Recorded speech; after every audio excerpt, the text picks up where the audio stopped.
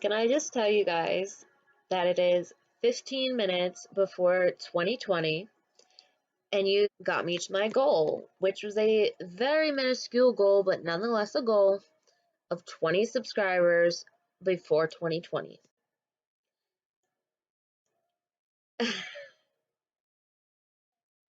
The only reason I'm so happy about this, I mean, not the only reason, but the only reason that I'm surprised by this, I guess, is because less than an hour ago, I only had 17 subscribers. So thank you so much, guys.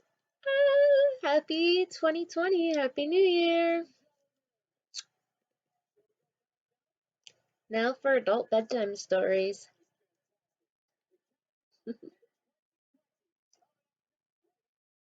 Hey guys, it's Luna the Yellow Switch, and this is the beginning of adult story time. Well, actually, it's a couple hours before. I just wanted to comment on the fact that I was in the bathtub, I was reading a book, and I didn't want to get out because I didn't want to stop reading. So, before I even washed my hair, my water was cold. And then now I am late getting to growing my bonsai tree and working on my community art project, which I will tell you guys more about when I get a sponsor. But until then, I don't really want to, put it out there. So anyway, in a couple hours, it will be adult bedtime stories. I just wanted to let you guys know how much I would have loved to have an adult story time to listen to so that I could listen to my books while I work on my community art project and while I grow my bonsai tree. I also wanted to start my bonsai tree with you guys, just so that we can watch its progress and growth. Super fun. Those are things I love, nature and whatnot, even though this is indoor nature. Anyway, we'll be reading one of these tonight, starting now. Alright, guys. By popular demand, Breaking the Habit of Being Yourself by Dr. Joe Dispenza was the winner, even though I'm extremely tired. And the next chapter of Secret History of the World was shorter. The hustle never stops. Alright, so we are just beginning. The just beginning that is after the intro. Part 1, The Science of You. Chapter 1, The Quantum You. Early physicists divided the world into matter and thought, and later matter and energy. Each member of those pairs was considered to be entirely separate from the other, but they're not. Nevertheless, the mind-matter duality shaped our early world view. That reality was essentially predetermined and that people could do little to change things through their own actions, let alone their thoughts. Fast forward to our current understanding that we are part of a vast, invisible field of energy which contains all possible realities and responds to our thoughts and our feelings. Just as today's scientists are exploring the relationship between thought and matter, we are eager to do the same in our own lives. And so we ask ourselves, can I use my mind to create my reality? If so, is that a skill that we can learn and use to become who we want to be and create the life we want to experience? Let's face it, none of us is perfect, whether we'd like to make some change to our physical self, emotional self, or spiritual self. We all have the same desire. We want to live life as an idealized version of who we think and believe we can be. When we stand in front of the mirror and look at our love handles, we don't just see that slightly too pudgy vision reflected in the glass. We also see, depending on our mood that day, a slimmer, fitter version of ourselves or a heavier, chunky version. Which of our images is real? When we lie in bed at night, reviewing our day and our efforts to be a more tolerant, less reactive person, we don't just see the parent who lashed out at our child for failing to quietly and quickly submit to a simple request. We envision either an angelic self whose patience was stretched like an innocent victim on the rack, or a hideous ogre laying waste to a child's self esteem. Which of those images is real? The answer is all of them are real. And not just those extremes, but an infinite spectrum of images ranging from positive to negative. How can that be? For you to better understand why none of those versions of self is more or less real than the others, I'm going to have to shatter the outmoded understanding about the fundamental nature of reality and replace it with a new one. That sounds like a major undertaking, and in some ways it is, but I also know this. The most likely reason why you were drawn to this book is that your past efforts to make any lasting change in your life, physical, emotional, or spiritual, have fallen short of the ideal of yourself that you imagine. And why those efforts failed has more to do with your beliefs about why your life is the way it is than with anything else, including a perceived lack of will, time, courage, or imagination. Always, in order to change, we have to come to a new understanding of self and the world so that we can embrace new knowledge and have new experiences. That is what reading this book will do for you. Your past shortfalls. My hand's cramping. I have carpal tunnel and I'm so young. Dr. Joe Dispenza says I can get rid of carpal tunnel with my brain, and I believe him. No, but for real, my hand hurts. All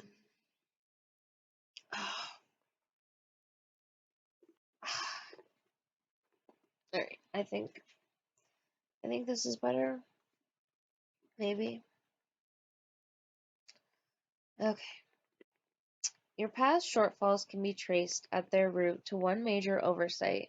You haven't committed yourself to living by the truth that your thoughts have consequences so great that they can create your reality. The fact is that we are all blessed. We all can reap the benefits of our constructive efforts.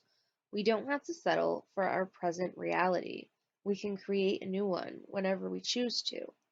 We all have that ability because, for better or worse, our thoughts do influence our lives. I'm sure you've heard that before, but I wonder whether most people really believe this statement on a gut level.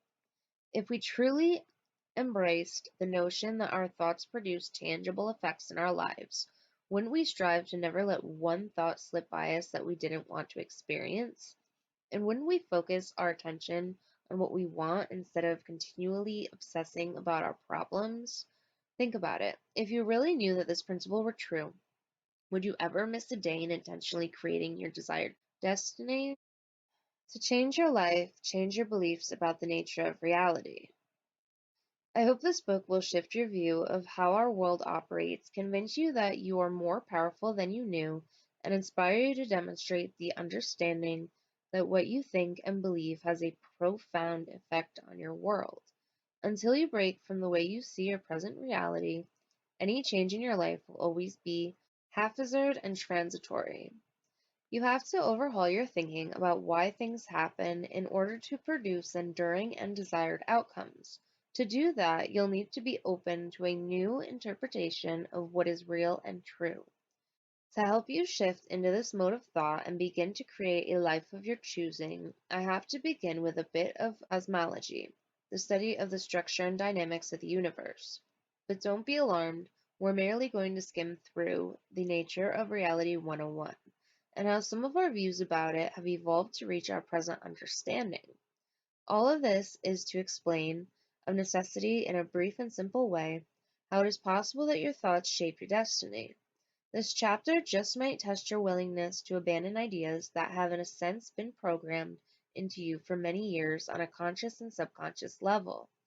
Once you gain a new conception of the fundamental forces and elements that constitute reality, it won't fit into that old perception in which the linear and the orderly rule the day.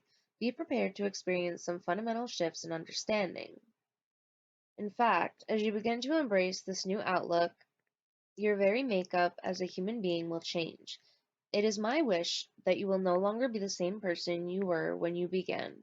Obviously, I'm about to challenge you, but I want you to know that I'm entirely empathetic because I too have had to let go of what I thought was true and leap into the unknown. To ease into this new way of thinking about the nature of our world, let's see how our worldview was shaped by the early belief that mind and matter were separate things. Always matter, never mind, always mind, never matter. Connecting the dots between the outer physical world of the observable and the inner mental world of thought has always presented quite a challenge to scientists and philosophers. To many of us, even today, the mind appears to have little or no measurable effects on the world of matter, although we'd probably agree that the world of matter creates consequences affecting our minds. How can our minds possibly produce any physical changes affecting the solid things in our lives? Mind and matter appear to be separate. That is, unless there's a shift in our understanding about the way physical, solid things actually exist. Well, there has been such a shift, and to trace its beginnings, we don't have to go back very far. For much of what historians consider modern times, humanity believed that the nature of the universe was orderly, and thus predictable and explainable. Consider 17th-century mathematician and philosopher René Descartes, who developed many concepts that still have great relevance to mathematics and other fields. Does "I think, therefore I am" ring any bells? In retrospect, however, one of his theories ultimately did more harm than good. Descartes was a proponent of the mechanistic model of the universe, a view that the universe is controlled by predictable laws. When it came to human thought, Descartes faced a real challenge. The human mind possessed too many variables to neatly fit into any laws. Since he couldn't unify his understanding of the physical world with that of the mind, but he had to account for the precedence of both, Descartes played a nifty mind game, pun intended. He said that the mind was not subject to laws of the objective physical world, so it was completely outside the bounds of scientific inquiry. The study of matter was the jurisdiction of science, always matter, never mind, whereas the mind was God's instrument, so the study of it fell to religion, always mind, never matter. Essentially, Descartes started a belief system that imposed a duality between the concepts of mind and matter. For centuries, that division stood as the accepted understanding of the nature of reality.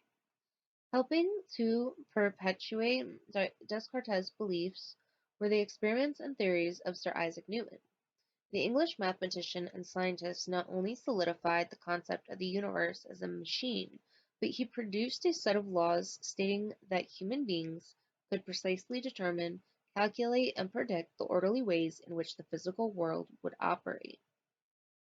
According to the classical Newtonian physics model, all things were considered solid. For example, energy could be explained as a force to move objects or to change the physical state of matter. But as you will see, energy is much more than an outside force exerted on material things. Energy is the very fabric of all things material and is responsive to mind. By extension, the work of Descartes and Newton established a mindset that if reality operated on mechanistic principles, then humanity had little influence on outcomes. All of reality was predetermined. Given that outlook, is it any wonder that human beings struggled with the idea that their actions mattered, let alone entertain the notion that their thoughts mattered, or that free will played any part in the grand scheme of things? Don't many of us still labor today, subconsciously or consciously, under the assumption that we humans are often little more than victims? Considering that these cherished beliefs held sway for centuries, it took some revolutionary thought to Descartes and Newton. Einstein, not just rocking the boat, rocking the universe. About 200 years after Newton, Albert Einstein produced his famous equation E equals mc squared, demonstrating that energy and matter are so fundamentally related that they are one and the same. Essentially, his work showed that matter and energy are completely interchangeable. This directly contradicted Newton and Descartes, and ushered in a new understanding of how the universe functions.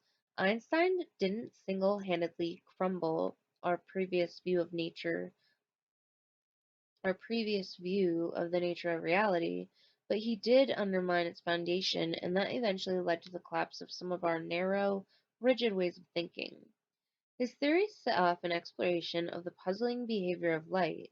Scientists then observed that light sometimes behaves like a wave, when it bends around a corner, for example, and at other times it behaves like a particle. How could light be both a wave and a particle? According to the outlook of Descartes and Newton, it couldn't. A phenomena had to be either one or the other. Quickly it became clear that the dualistic Cartesian Newtonian model was flawed at the most basic level of all, the subatomic. Subatomic refers to the parts, electrons, protons, neutrons, and so on, that make up atoms, which are the building blocks of all things physical. The most fundamental components of our so-called physical world are both waves, energy, and particles, physical matter. Depending on the mind of the observer, we'll come back to that, to understand how the world works, we had to look to its tiniest components. Thus, out of these particular experiments, a new field of science was born, called quantum physics. The solid ground we stand on, isn't it? This change was a complete re-imaging of the world we thought we lived in, and it led to the proverbial rug being pulled out from under our feet. Feet we used to think were planted on the solid ground. How so? Think back to those old toothpick and styrofoam ball models of the atom. Before quantum physics came along, people believed that an atom was made of relatively solid nucleus with smaller, less substantial objects either located in or around it. The very idea that with a powerful enough instrument we could measure, calculate the mass of, and count, number, the subatomic particles that made up an atom made them seem as inert as cows grazing in a pasture. Atoms seem to be made of solid stuff, right? So here's a picture of the classical atom. It says figure 1a, the old school atom, classical Newtonian version. The focus is primarily on the material. So this is the classical Newtonian version of the atom. Nothing could be further from the truth as revealed by the quantum model. Atoms are mostly empty space. Atoms are energy. Think about this. Everything physical in your life is not solid matter. Rather, it's all fields of energy or frequency patterns of information. All matter is more no thing, energy, than something, particles. So this is figure 1b, the new school quantum version of an atom with an electron cloud. The atom is 99.99999% energy and 0.00001% matter. It's just about nothing materially. So this is the new school, the quantum atom, which is the nucleus and the electron cloud. The new school atom. The real quantum atom. Oh, there's a figure 1c. This is the most realistic model of any atom. It is no thing materially, but all things potentially. That's a lot to take in. So the real quantum atom is some guru type shit. Thank you, Dr. Joe Dispenza. Dr. Joe Dispenza is my guru. Bro. Another puzzle, subatomic particles and larger objects play by different rules. But this alone wasn't enough to explain the nature of reality. Einstein and others had another puzzle to solve.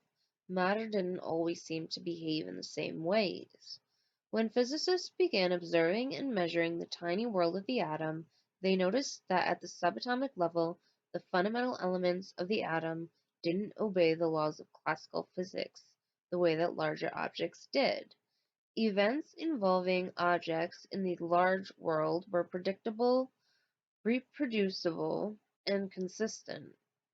When that legendary apple fell from a tree and moved toward the center of the earth until it collided with Newton's head, its mass accelerated with a consistent force, but electrons as particles behaved in unpredictable, unusual ways. When they interacted with the nucleus of the atom and moved toward its center, they gained and lost energy, appeared and disappeared, and seemed to show up all over the place without regard to the boundaries of time and space.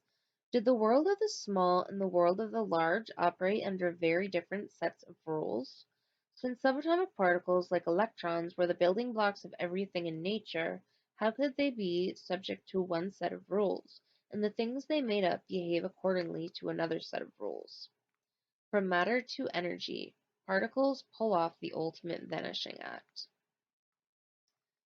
At the level of electrons, scientists can measure energy-dependent characteristics, such as wavelength, voltage potentials, and the like. But these particles have a mass that is so infinitesimally small and exists so temporarily as to be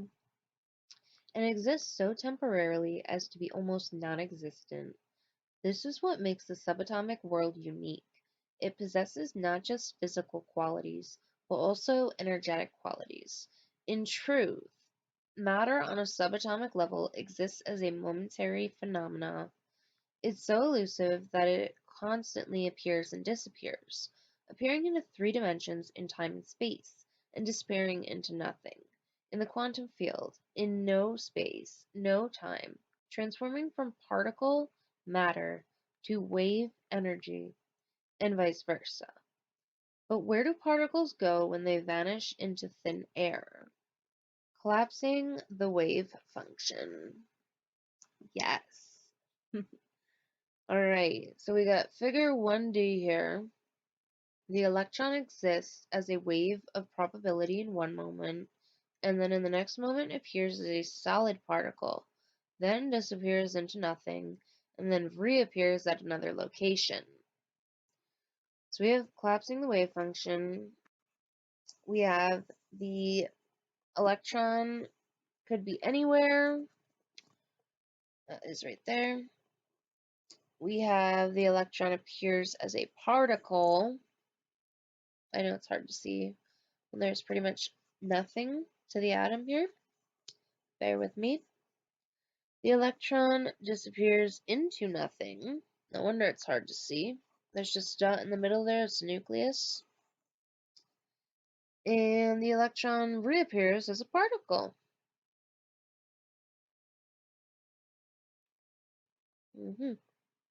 So that's collapsing the wave function. The creation of reality. Energy responds to mindful attention. Consider again that old school toothpick and styrofoam ball models of how atoms were constructed. Back then, weren't we led to believe that electrons orbited about the nucleus like planets around the sun? If so, we could pinpoint their location, couldn't we? The answer is yes, in a manner of speaking, but the reason is not at all what we used to think. What quantum physics discovered was that the person observing or measuring the tiny particles that make up atoms affects the behavior of energy and matter. Quantum experiments demonstrated that electrons exist simultaneously in an infinite array of possibilities or probabilities in an invisible field of energy, but only when an observer focuses attention on any location of any one electron does that electron appear. In other words, a particle cannot manifest in reality, that is, ordinary space-time as we know it, until we observe it. Quantum physics calls this phenomena collapse of the wave function, or the observer effect. We now know that the moment the observer looks for an electron, there is a specific point in time and space when all probabilities of the electron collapse into a physical event. With this discovery, mind and matter can no longer be considered separate. They're intrinsically related because subjective mind produces measurable changes on the objective physical world. Are you beginning to see why this chapter is titled The Quantum You? At the subatomic level, energy responds to your mindful attention and becomes matter. How would your life change if you learned to direct the observer effect and to collapse infinite waves of probability into the reality that you choose? Could you get better at observing the life you want? An infinite number of possible realities await the observer. So ponder this. Everything in the physical universe is made up of subatomic particles, such as electrons. By their very nature, these particles, when they exist as pure potential, are in their wave state while they are not being observed. They are potentially everything and nothing until they are observed. That's like Schrodinger's cat. That's like exactly Schrodinger's cat. Like, the cat wasn't alive or dead until somebody looked in the box. It was a lot more than that. It was like the half-life of radioactive things and stuff, and then so like the cat wouldn't die unless it's like Schrodinger's cat. Somebody drop a comment and tell these fools what it's about. Thank you. They exist everywhere and nowhere until they are observed. Thus, everything in our physical reality exists as pure potential. Think about that. That's some good shit right there.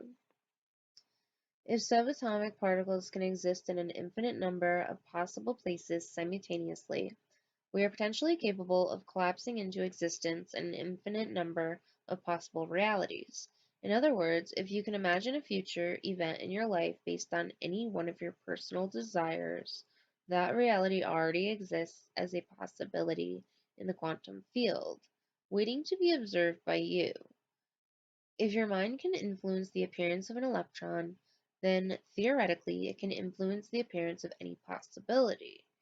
This means that the quantum field contains a reality in which you are healthy, wealthy, and happy, and possess all of the qualities and capabilities of the idealized self that you hold in your thoughts. Stay with me, and you will see that with willful attention, sincere application of new knowledge, and repeated daily efforts, you can use your mind as the observer to collapse quantum particles and organize a vast number of subatomic waves of probability into desired physical events called an experience in your life. Like clay, the energy of infinite possibilities is shaped by consciousness, your mind. And if all matter is made of energy, it makes sense that consciousness, mind, in this case, as Newton and Descartes called it, and energy, matter, according to the quantum model, are so intimately related that they are one. Mind and matter are completely entangled. Your consciousness, mind, has effects on energy, matter, because your consciousness is energy and energy has consciousness. You are powerful enough to influence matter because at the most elementary level, you are energy with a consciousness. You are mindful matter. In the quantum model, the physical universe is an creation of reality. Energy responds to mindful attention. Consider again that old-school toothpick and styrofoam ball model of how atoms were constructed. Back then, weren't we led to believe that electrons orbited around the nucleus like planets around the sun? If so, we could pinpoint their location, couldn't we? The answer is yes, in a manner of speaking, but the reason is not at all what we used to think. What quantum physics discovered was that the person observing or measuring the tiny particles that make up atoms affects the behavior of energy and matter. Quantum experiments demonstrated that electrons exist simultaneously in an infinite array of possibilities or probabilities in an invisible field of energy. But only when an observer focuses attention on any location of any one electron does that electron appear. In other words, a particle cannot manifest in reality, that is, ordinary space-time as we know it, until we observe it. Quantum physics calls this phenomena collapse of the wave function, or the observer effect. We now know that the moment the observer looks for an electron, there is a specific point in time and space when all probabilities of the electron collapse into a physical event. With this discovery, mind and matter can no longer be considered separate. They are intrinsically related because subjective mind produces measurable changes on the objective physical world. Are you beginning to see why this chapter is titled "The Quantum You"? At the subatomic level, energy responds to your mindful attention and becomes matter.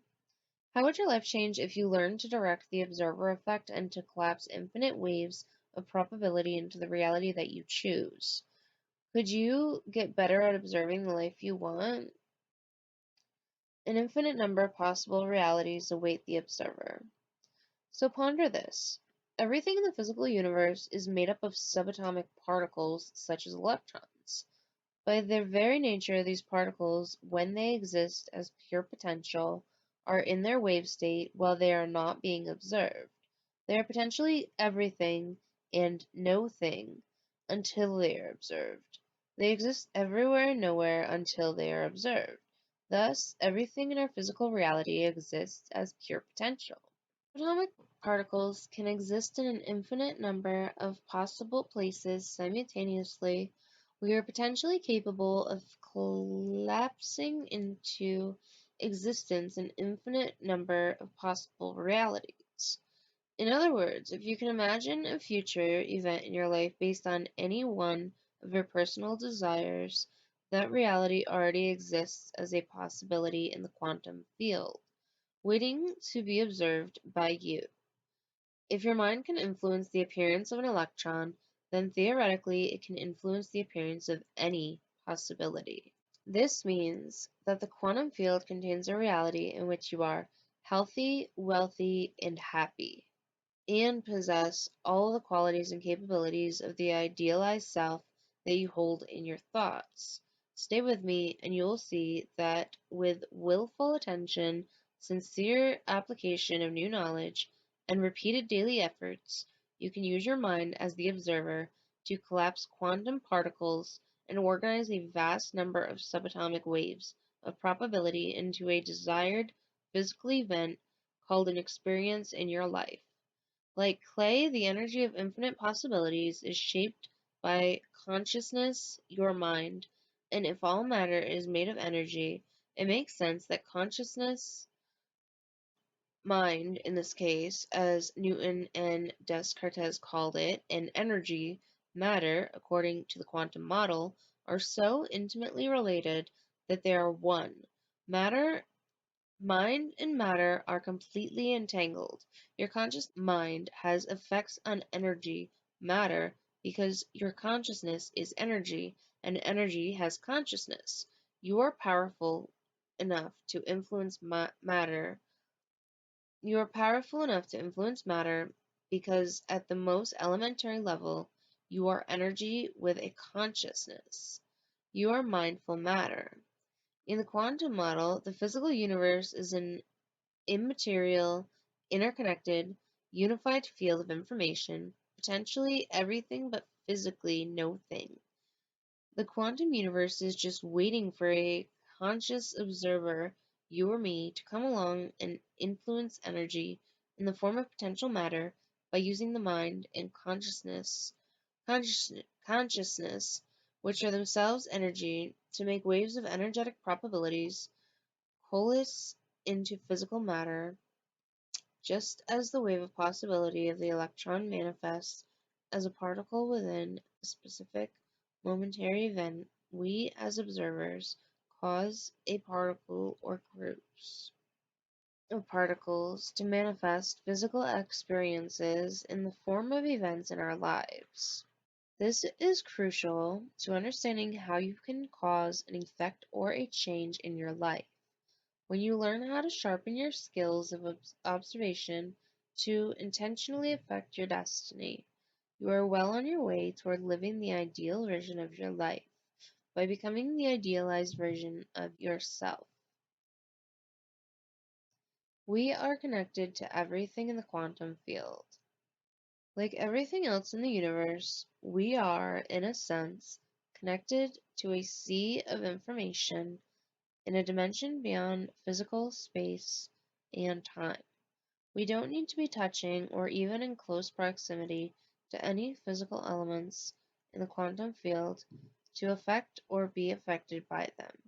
The physical body's organized patterns of energy and information, which is unified with everything in the quantum field.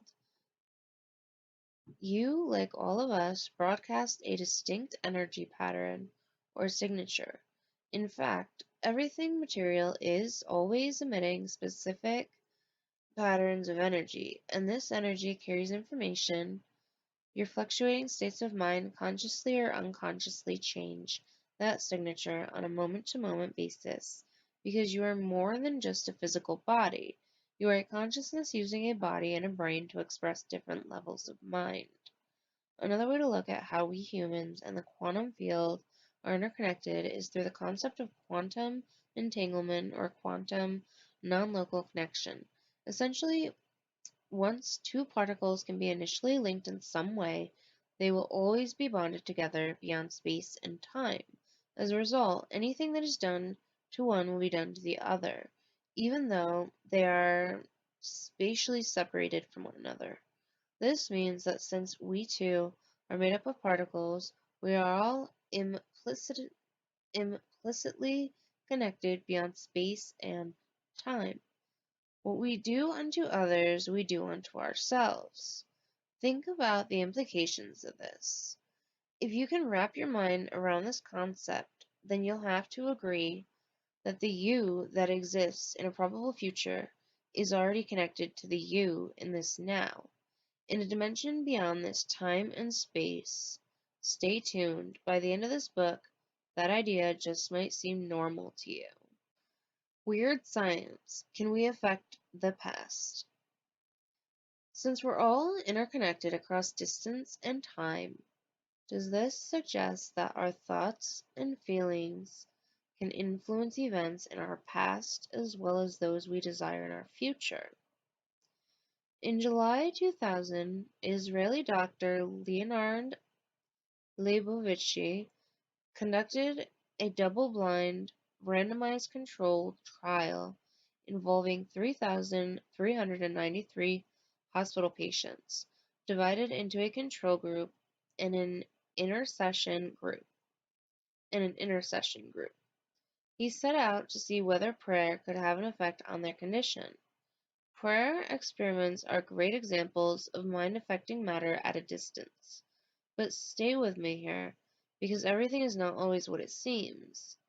Leibovitch selected patients who had suffered sepsis, an infection while hospitalized. He randomly designated half the patients to have prayers said for them, while the other half were not prayed for. He compared the results in three categories: how long fever lasted, length of hospital stay, and how many died as a result of the infection. The prayed for benefited from an earlier decrease in fever and a shorter hospitalization time. The difference in the number of deaths among the prayed for and not prayed for groups was not statistically significant, although better in the prayed for group. That's a powerful demonstration of the benefits of prayer and how we can send an intention out into the quantum field through our thoughts and feelings. However, there's one additional element to this story that you should know about.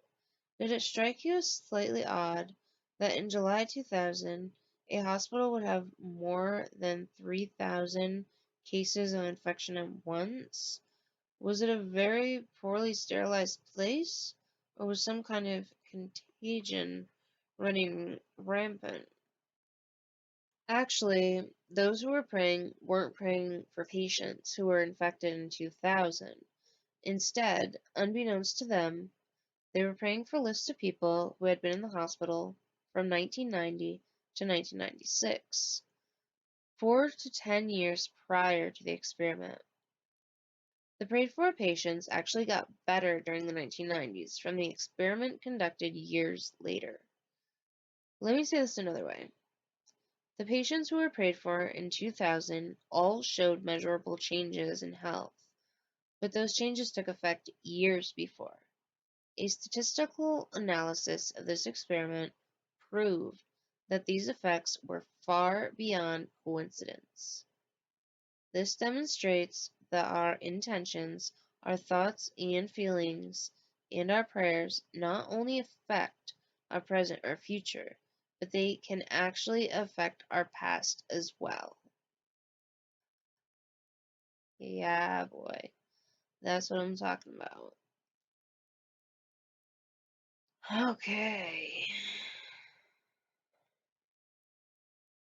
Now, this leads to the question, if you were to pray or focus on an intention for a better life for yourself, could it affect your past, present, and future? The quantum law says that all potentials exist simultaneously. Our thinking and our feelings affect all aspects of life beyond both space and time. Beyond both space and time. Our state of being or state of mind, when mind and body are one. Please note, throughout this book, I will refer interchangeably to your having and creating a state of being or a state of mind. For example, we could say that how you think and how you feel create a state of being. I want you to understand that when I use the terms state of being and state of mind, your physical body is a part of that state. In fact, as you will see later on, many people exist in a state in which the body has become the mind, when they are ruled almost exclusively by the body and how it feels. So when I talk about the observer having an effect, it is not just the brain that is at work influencing matter, but the body as well. It is your state of being when mind and body are one, as an observer which has effects on the external world. Thoughts plus feelings produce test tube results. We communicate with the quantum field primarily through our thoughts and feelings, since our thoughts are themselves energy. As you know, the electrical impulses the brain generates can easily be measured by devices such as an EEG. They are one of the primarily means by which we send our signals into the field.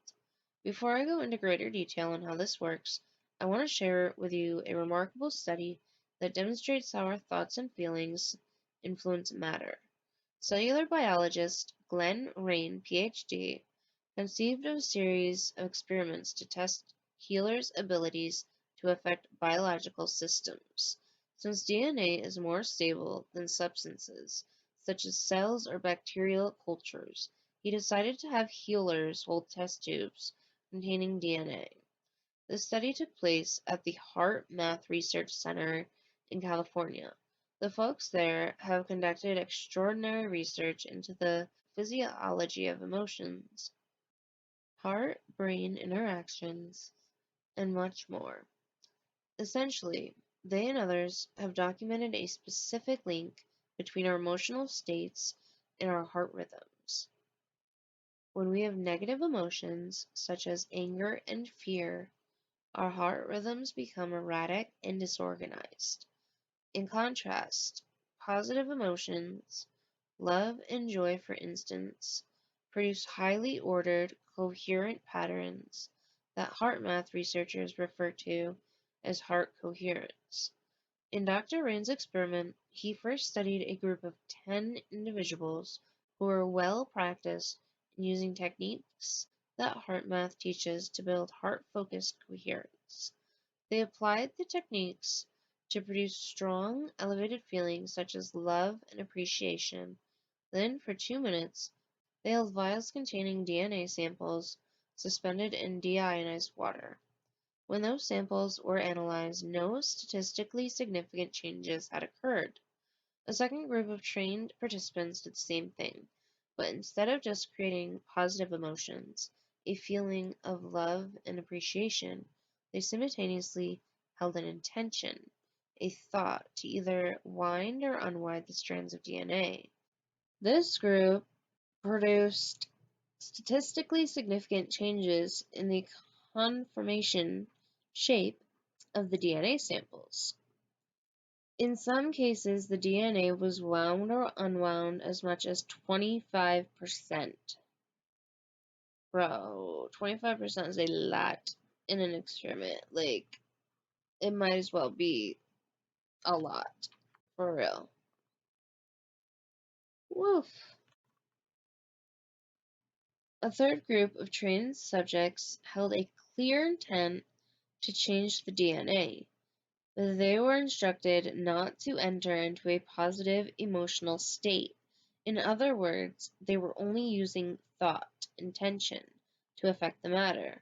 The result? No changes to the DNA samples. The positive emotional state that the first group entered did nothing by itself to the DNA. Another group's clearly held intentional thought, unaccompanied by emotion, also had no impact. Only when subjects held both heightened emotions and clear objectives in alignment were they able to produce the intended effect. An intentional thought needs an energizer, a catalyst, and that energy is an elevated emotion.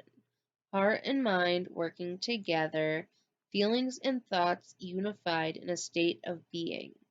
If a state of being can wind and unwind strands of DNA in 2 minutes, what does this say about our ability to create reality? A fucking lot, that's what.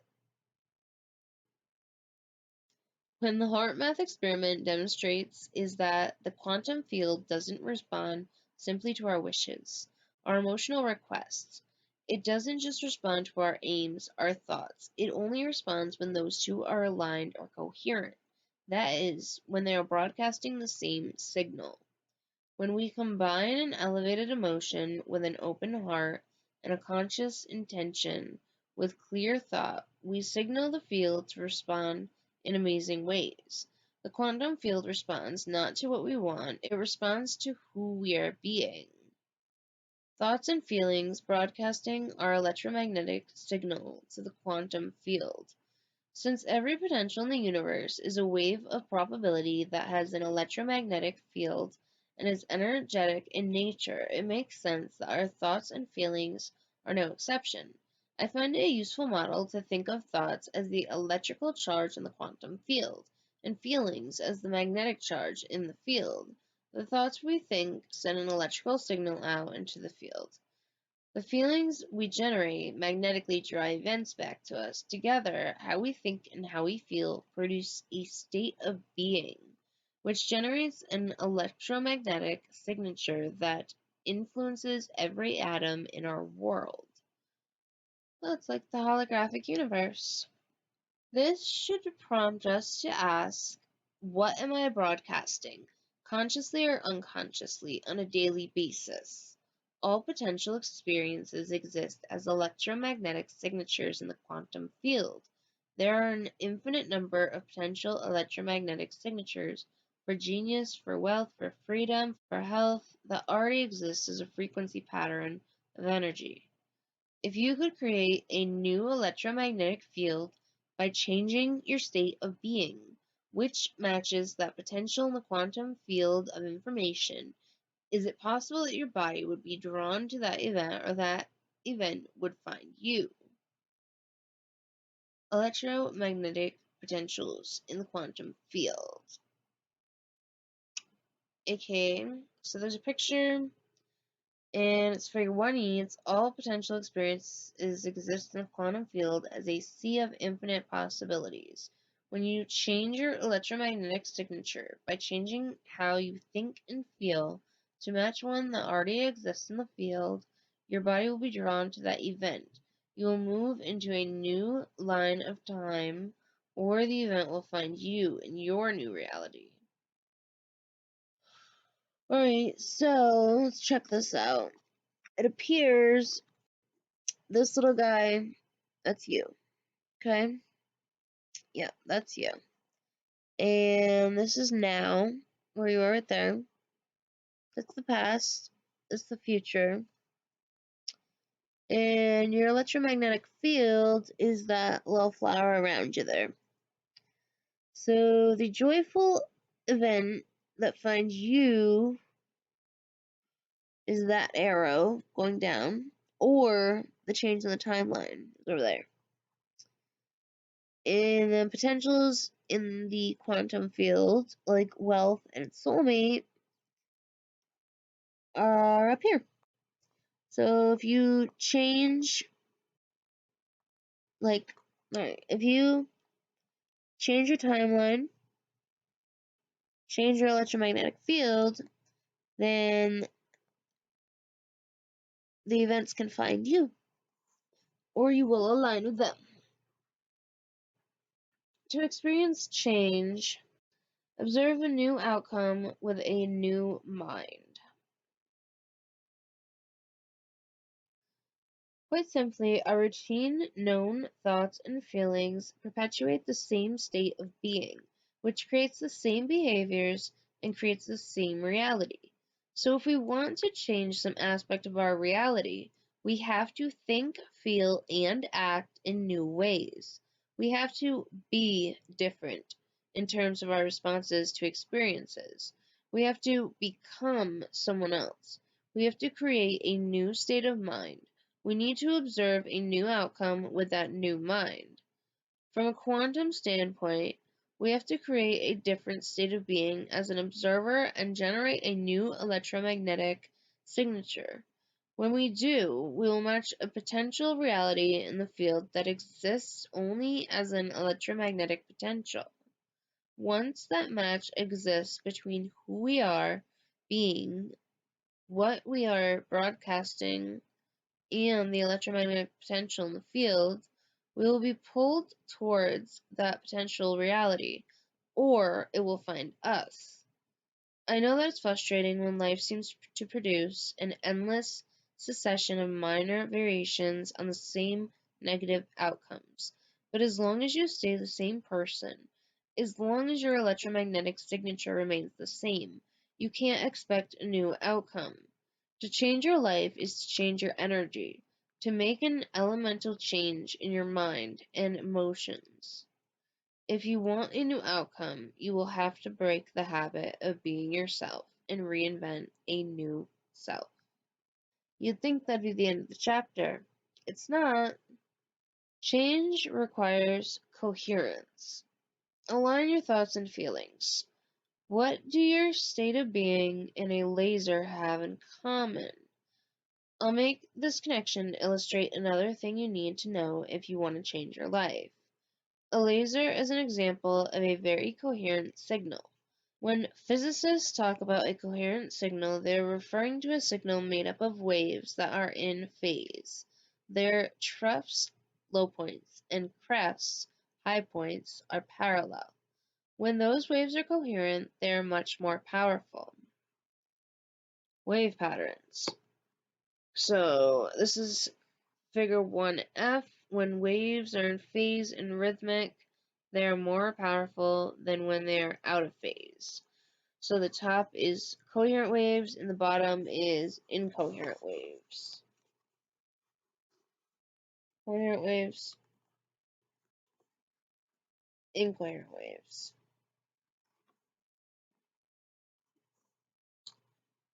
Waves in a signal are either aligned or unaligned, coherent or incoherent. The same goes for your thoughts and feelings. How many times have you tried to create something, thinking in your mind that the end result was possible, but feeling in your heart that it wasn't? What was the result of that incoherent, out of phase signal that you were sending? Why is it that nothing manifested? As you just saw with the heart math study, quantum creating only works when your thoughts and feelings are aligned, just as the waves in a signal are much more powerful when they are coherent. The same is true of you when your thoughts and your feelings are aligned. When you hold clear, focused thoughts about your purpose, accompanied by your passionate emotional engagement, you broadcast a stronger electromagnetic signal that pulls you toward a potential reality that matches what you want. I frequently talk to my workshop audiences about my grandmother, a woman I adored. She was old school Italian, as steeped in Catholic guilt as she was in the tradition of making tomato gravy to spoon on pasta. She prayed constantly for things and deliberately thought about a new life. But the guilt that had been instilled in her throughout her upbringing confused the signal she was sending. She only manifested more reasons to feel guilty. If your intentions and desires haven't produced consistent results, you've probably been sending an incoherent, mixed message into the field. You may want wealth, you may think wealthy thoughts, but if you feel poor, you aren't going to attract financial abundance to yourself. Why not? Because thoughts are the language of the brain, and feelings are the language of the body. You're thinking one way and feeling another way. And when the mind is in opposition to the body, or vice versa, the field won't respond in any consistent way. Instead, when mind and body are working together, when our thoughts and feelings are aligned, when we are in a new state of being, then we are sending a coherent signal on the airwaves of the invisible. Why quantum outcomes should come as a surprise. Now let's fill in another piece of the puzzle. To change our reality, those outcomes that we attract to ourselves have to surprise, even astonish us in the way in which they come about. We should never be able to predict how our new creations will manifest. They must catch us off guard. They have to wake us up from the dream of routine reality that we've grown accustomed to. These manifestations should leave us with no doubt that our consciousness made contact with the quantum field of intelligence. So we are inspired to do this again. That is the joy of the creative process. Why should you want a quantum surprise? If you can predict an event, it is nothing new. It's routine, automatic, and you have experienced it many times before. If you can predict it, you produce the same familiar outcome. In fact, if you're trying to control how an outcome will occur, you just went Newtonian. Newtonian classical physics was about trying to anticipate and predict events. It was all about cause and effect. What does going Newtonian mean when applied to your ability to create? It's when the external environment is controlling your internal environment, thinking and feeling. That's cause and effect. Instead, change your internal environment, the way you think and feel, and then see how the external environment is altered by your efforts. Strive to create an unknown, new future experience.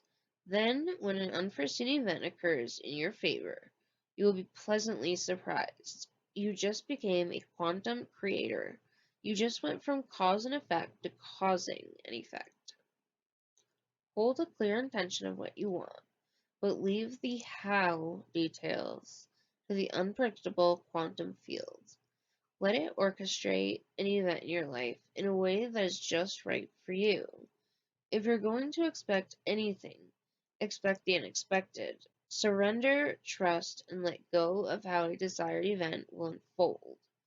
This is the biggest hurdle for most to overcome because we human beings always want to control a future reality, unknown, by trying to recreate how it occurred in a past reality, known. So I actually wanted to comment on that because I know that that is one of the biggest problems people have when it comes to manifestation is trying to plan out all of the hows and whys and control how everything happens, and they do not surrender to the process. They have trouble surrendering to the process. But if you can surrender to the process, the quantum field will find a way to make it all work, and your manifesting will become much, much, much easier with a much less amount of resistance. Let's just put it that way.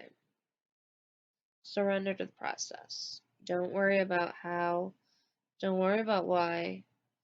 Put out into the quantum field the things you are after. Put that energy out there.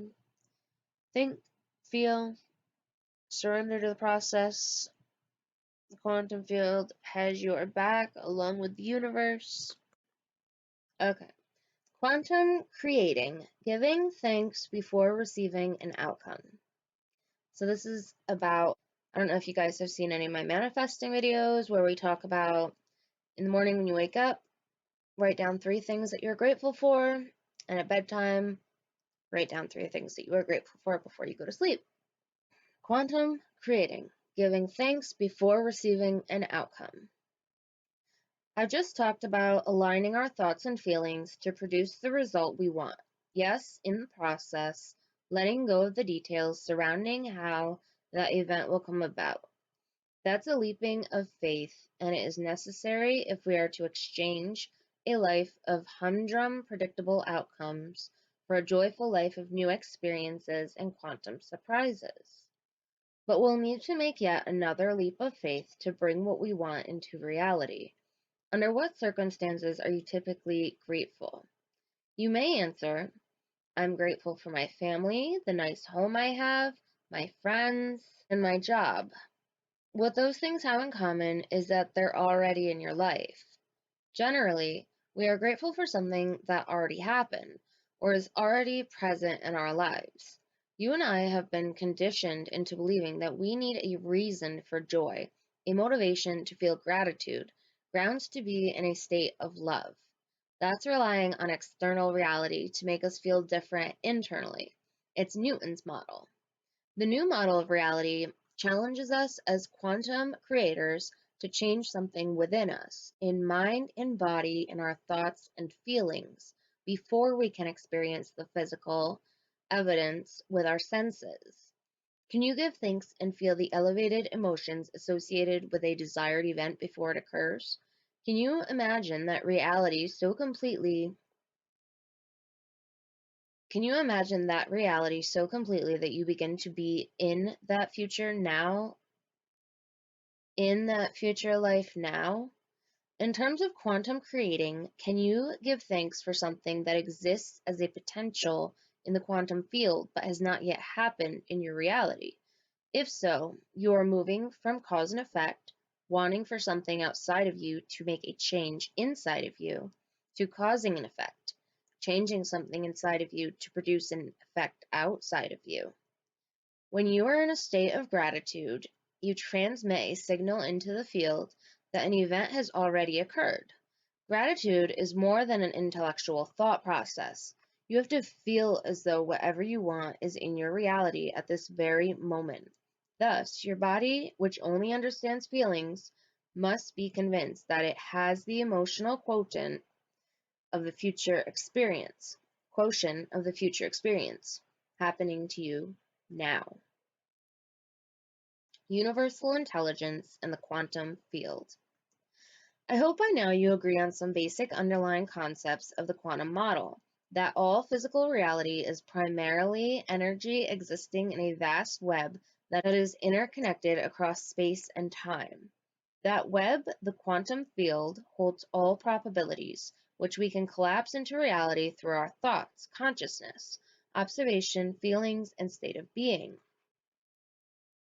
But is reality nothing but indifferent electromagnetic forces acting on and in response to one another?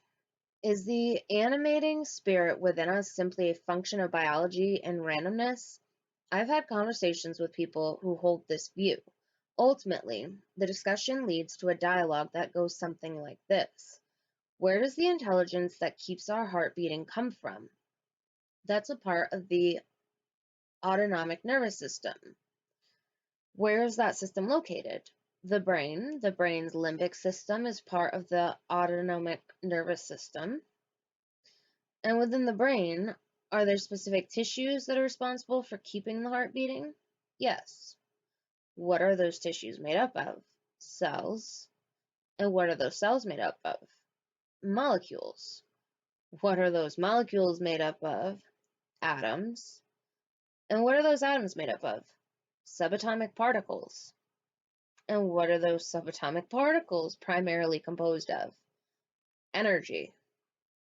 When we arrive at the conclusion that our physiological vehicle is made up of the same stuff as the rest of the universe, and these folks bump up against the notion that what animates the body is a form of energy, the same 99.99999% nothing that constitutes the physical universe, they either shrug and walk away or come to realize that there is something to this notion that a unifying principle pervades all of physical reality.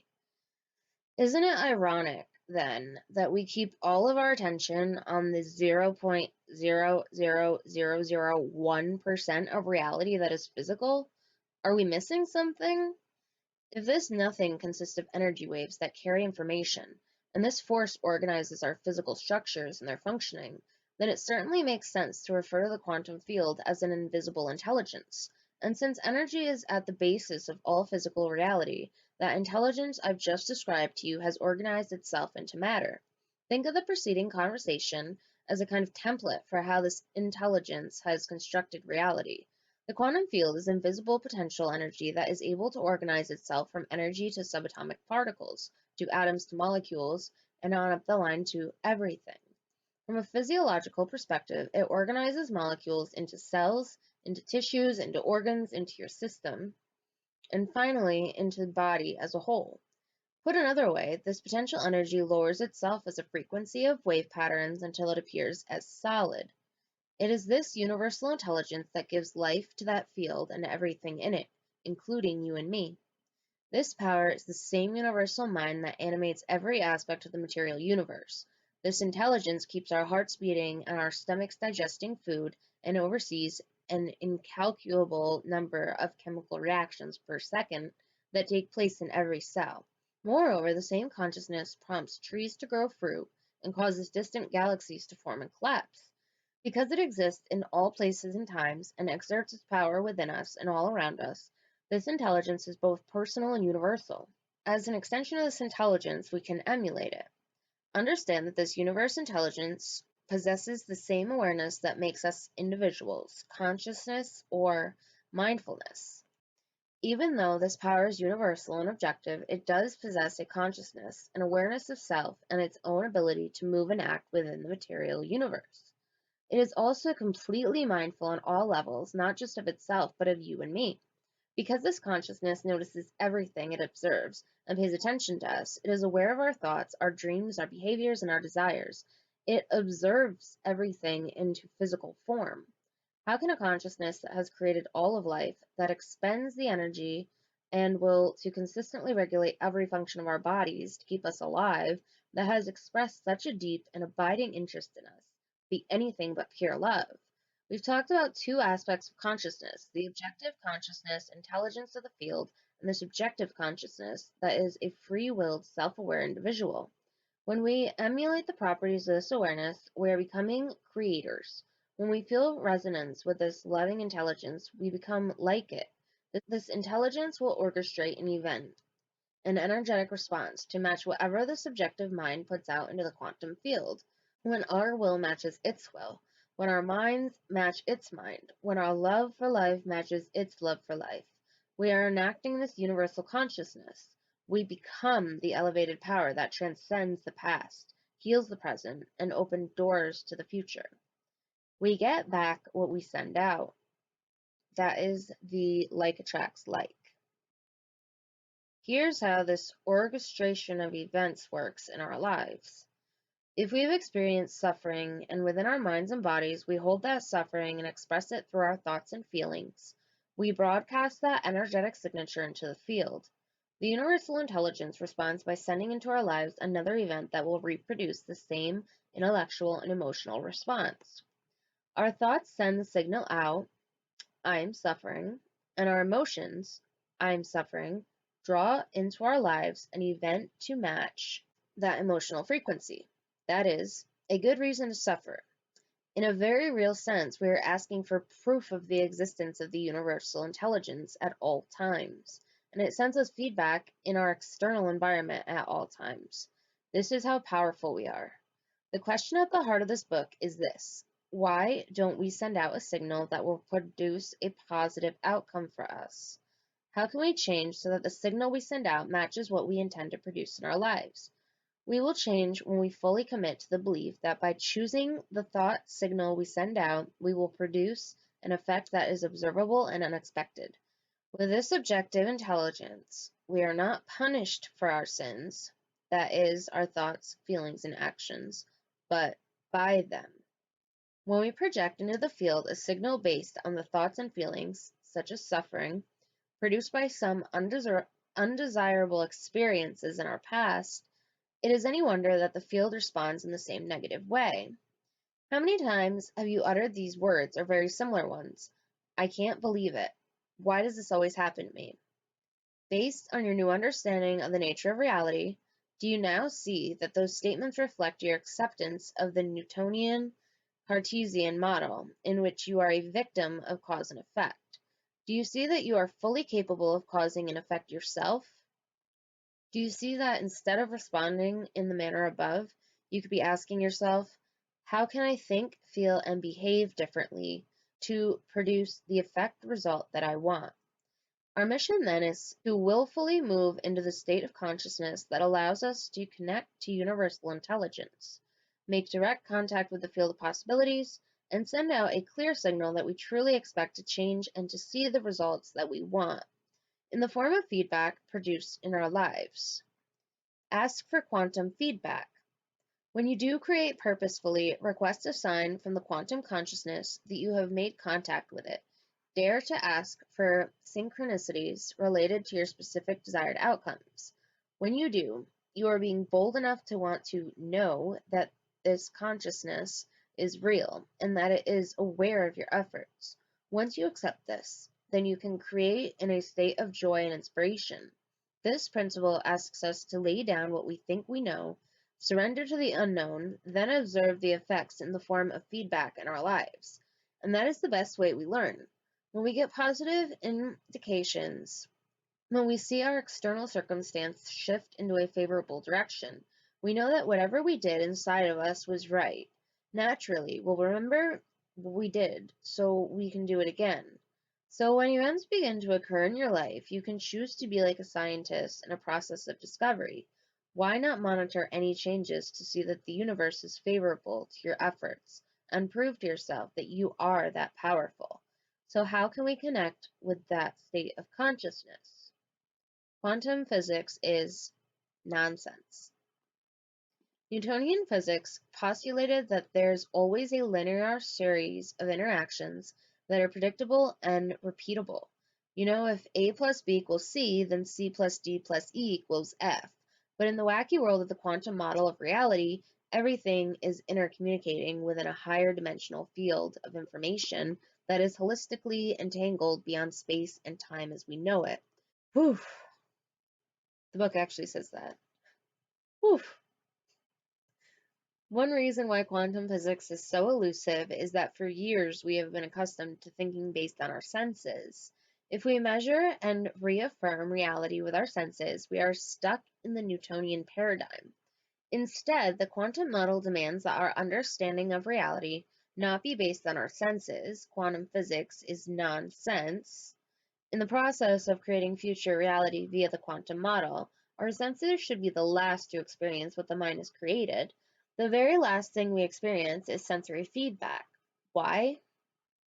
The quantum is a multidimensional reality that exists beyond your senses. In a realm where there is no body, no thing, no time, thus to move in that domain and create from that paradigm, you need to forget about your body for a little while. You'll also have to temporarily shift your awareness away from your external environment, all those things that you identify with in your life.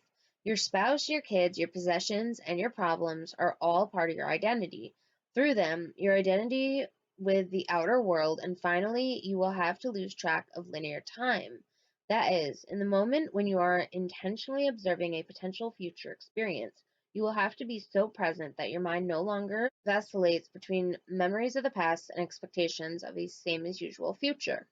Isn't it ironic that to influence your reality, environment, heal your body, or change some event in your future, time, you have to completely let go of your external world, no thing. You have to release your awareness of your body, no body. You have to lose track of time, no time, in effect. You have to become pure consciousness. Do that, and you have dominion over the environment, your body, and time. I affectionately call these the Big Three, and since the subatomic world of the field is made purely of consciousness, you cannot enter any other way than via pure consciousness yourself. You cannot walk through the door into the quantum field as a somebody. You must enter as a nobody. Your brain has the innate ability to harness the skill. Stay tuned for more. When you understand that you are fully equipped biologically to do all this, leave this world behind and enter a new reality beyond space and time. You will be naturally inspired to apply it in your life. Going beyond space and time. What does it mean to be beyond space and time? These are constructs that humans created to explain physical phenomena involving location and our sense of the temporal. When we talk about a glass sitting on a table, we reference it in terms of location where it is in space and how long it has occupied that location. As humans, we're obsessed with these two conceptions: where we are, how long we've been there, how long we will remain, where we'll go next. Even though time is not something that we can actually sense, we feel it passing in much the same way that we sense our location in space. We feel the seconds, minutes, and hours passing by, just as we feel our bodies pressed against our chairs and our feet planted on the ground. In the quantum field, the infinite possibilities for materializing reality are beyond time and space, because the potential doesn't yet exist. If it doesn't exist, it doesn't have a location or occupy a position temporarily. Anything that doesn't have material existence, that hasn't had its waves of probability collapse into particle reality, exists beyond time and space. Since the quantum field is nothing but immaterial probability, it is outside of space and time. As soon as we observe one of those infinite probabilities and give it material reality, it acquires those two characteristics. To enter the field, enter a similar state. Great. We have the power to make material a reality of our own choosing by selecting it from the quantum field. But we have to somehow access that field. We're always connected to it, but how do we get the field to respond to us?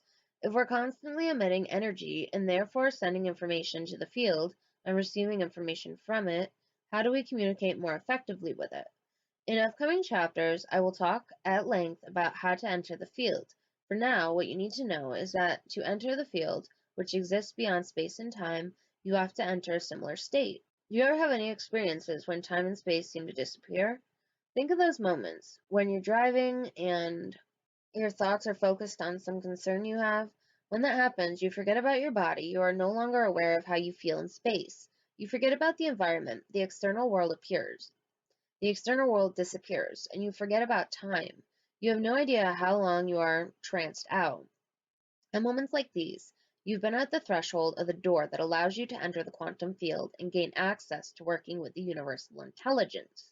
In essence, you've already made thought more real than anything else. Later on, I will provide instruction on how to move into that state of consciousness regularly, to access the field and to communicate more directly with the universal intelligence that animates all things. Change your mind, change your life. As this chapter has progressed, I've led you from the notion that mind and matter are fully separable to the quantum model, which states that they are inseparable. Mind is matter and matter is mind. So all those times in the past when you tried to change, maybe your thinking was fundamentally limited. You likely believed that it was always circumstances outside of you that needed to change. If it didn't have so many other commitments, I could lose the excess weight. If I didn't have so many other commitments, I could lose the excess weight, and then I'd be happy. We've all stated some variation on that theme. If this, then that, cause and effect. What if you could change your mind, your thoughts, your feelings, and your way of being outside the bounds of time and space? What if you could change ahead of time and see the effects of those internal changes in your external world? You can. You can.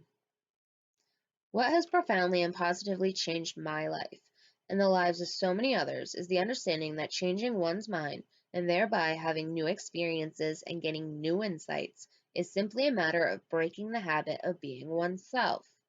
When you overcome your senses, when you understand that you are not bound by the chains of your past, when you live a life that is greater than your body, your environment, and time, all things are possible. The universal intelligence that animates the existence of all things will both surprise and delight you. It wants nothing more than to provide you with access to all you want. In short, when you change your mind, you change your life. And a child shall lead them. Before we move on, I'd like to share a story that illustrates just how powerful and effective being in contact with the greater intelligence can be in making change and an integral part of your life. My children, now young adults, have used a meditation similar to the process I will describe to you in part 3 of this book.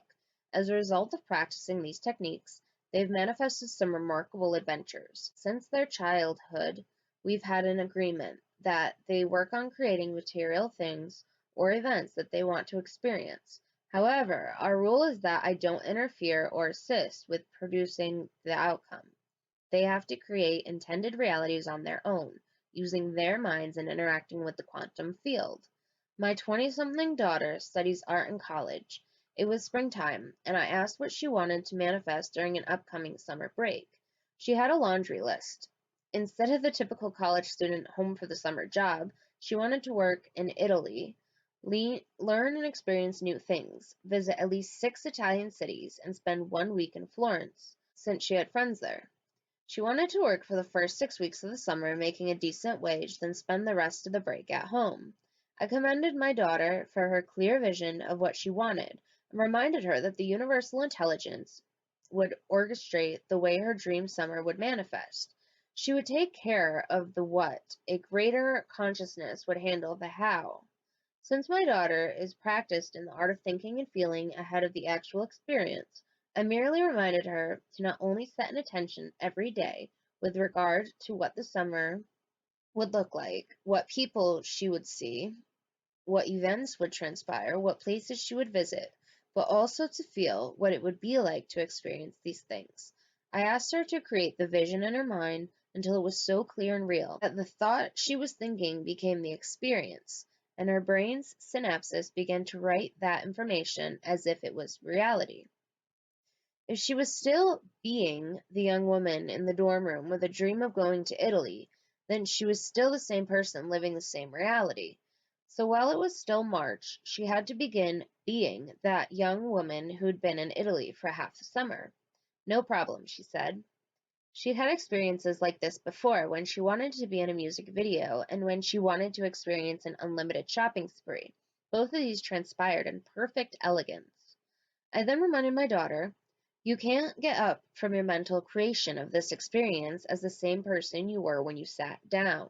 You have to get up from your seat as if you had the most amazing summer of your life. I got it, she said. She understood my reminder that each day she had to change a new state of being. And after every mental creation, she was to go about her day living in the elevated mood of gratitude generated by having had that experience. My daughter called a few weeks later.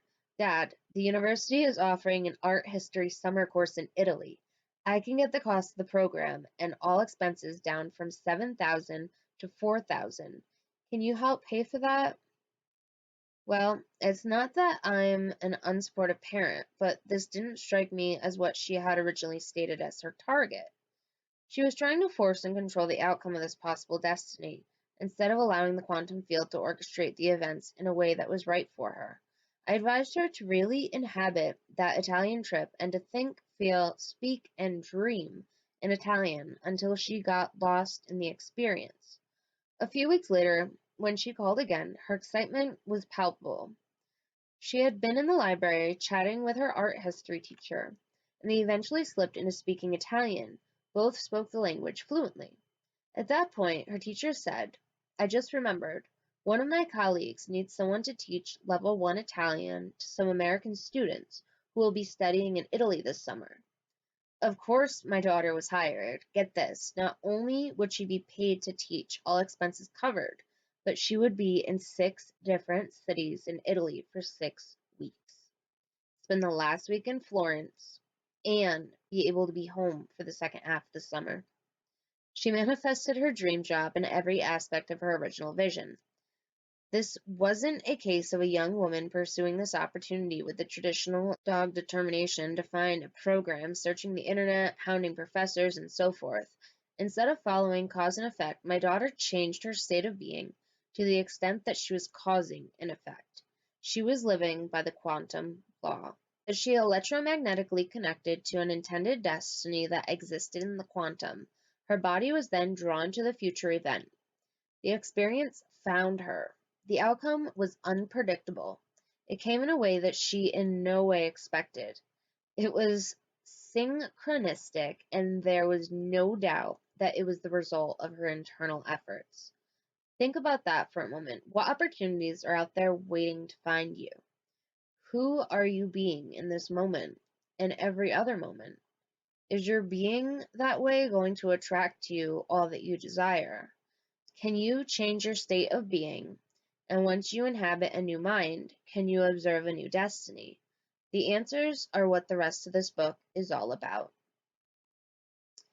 All right, guys. So that is chapter 1 of part 1 of Breaking the Habit of Being Yourself by the genius Dr. Joe Dispenza.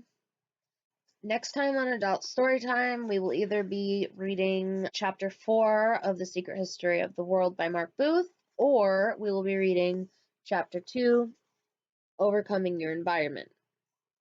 So let me know in the comments, guys, what you want to see next on Adult Storytime or Adult Bedtime Stories. It's up to you whether you listen to this while you're falling asleep or while you're doing other things. I don't personally care, but I do think this information is important, especially if you are trying to learn to manifest better. And I mean, both books are just downright interesting. Thank you so much for watching, guys. See you next time. And remember, if it harms none, do what you will. Thanks, guys.